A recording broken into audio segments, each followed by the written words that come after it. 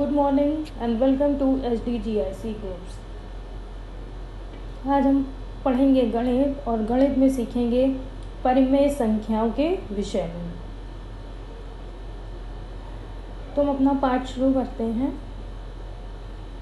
अपने आसपास की वस्तुओं को गिनने से प्रारंभ कर संख्याओं को सीखा जाता है। जो हमारे आसपास वस्तुएं होती हैं हम उसको गिनते हैं कि ये 1 है, 2 है, 3 है। उस हिसाब से हम गिनतियों को सीखने का या संख्याओं को सीखना प्रारंभ करते हैं।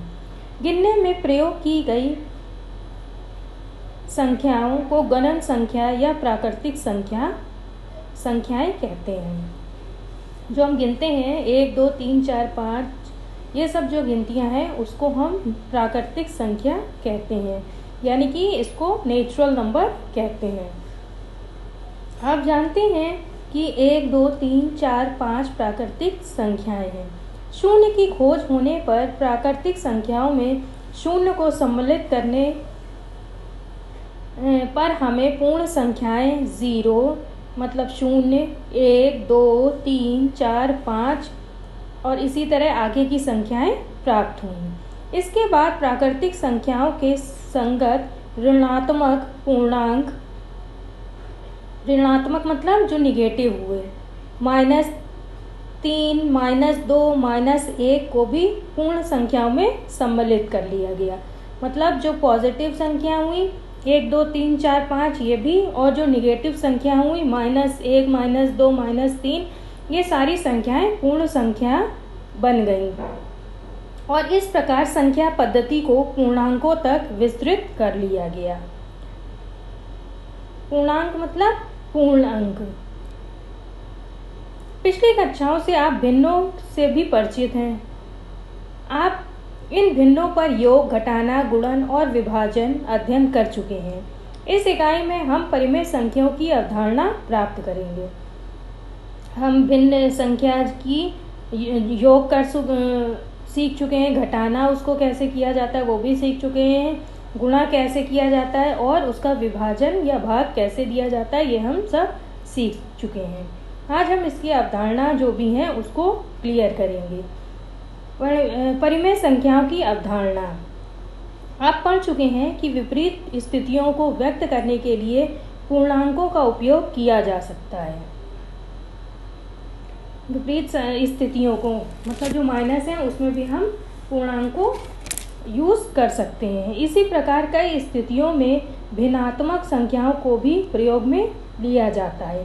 भिन्नात्मक मतलब जो कि भिन्न के रूप में है, जो कि बटे के रूप में है, वो संख्या हमारी हो जाएंगी भिन्न संख्या। इस इकाई में हम परिमेय संख्याओं की अवधारणा प्राप्त करेंगे।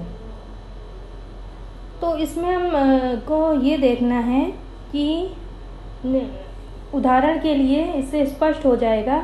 समुद्र तल से किसी स्थान की ऊंचाई 600 मीटर को हम 3/5 किलोमीटर द्वारा व्यक्त कर सकते हैं। मतलब जब 600 मीटर को हम किलोमीटर में व्यक्त करेंगे तो हम इसको बटे में लिख देंगे।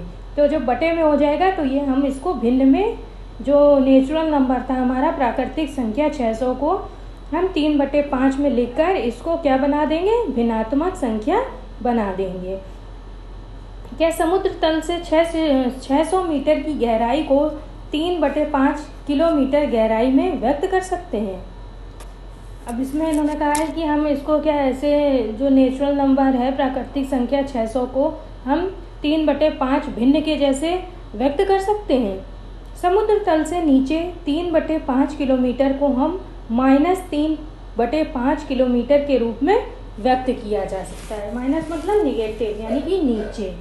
समुद्र तल की गहराई जो होती है वो नीचे से नापी जाती है, इसलिए इसमें हो गया -3/5। इसको हम भिन्न भिन्न की तरह लिख लिया। अब इसको हम समझ गए हैं। अब हम आगे देखते हैं कि -3/5 पूर्णांक संख्या नहीं है, ये एक भिन्न भी नहीं है। अतः ऐसी संख्याओं को सम्मिलित करने के लिए संख्या पद्धति को विस्तारित करने की आवश्यकता हुई। अब आइए अब हम परिमेय संख्याओं को विस्तार से जानें। -3/5 ना ही पूर्ण संख्या है और ना ही भिन्न है, तो ये क्या है, हमारी परिमेय संख्या है। आज हम परिमेय संख्या को विस्तार से पढ़ेंगे। अब इसमें क्रियाकलाप है। शिक्षक बच्चों को कहानी के माध्यम से परिमेय संख्या को दैनिक जीवन से जोड़कर बताएंगे।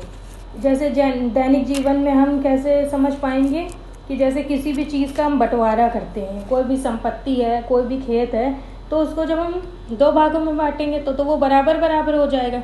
लेकिन जब हम 3 भागों में बांटेंगे तो वो किसमें व्यक्त होगा, वो परिमेय संख्या के रूप में व्यक्त होगा।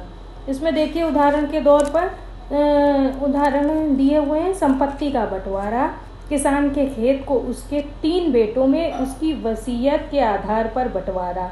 जैसे बड़े बेटे को कुल का आधा, मंझले बेटे को शेष का 3रा हिस्सा तथा शेष हिस्सा छोटे बेटे को। तो इस तरह इन्होंने 3 हिस्सों में इसको बांट दिया। अब हम इसमें देखते हैं कि हम इसको भाग कैसे देंगे। इसमें यदि a तथा b 2 पूर्णांक हैं, a और b से हम सीखेंगे परिमेय संख्या को हम कैसे भाग देते हैं। इसमें दिया हुआ है यदि a तथा b 2 पूर्णांक हैं, पूर्ण अंक है मतलब, और b जो है वो 0 नहीं होना चाहिए। b कभी भी जो नीचे वाला है बटे के नीचे वो कभी भी 0 नहीं होना चाहिए।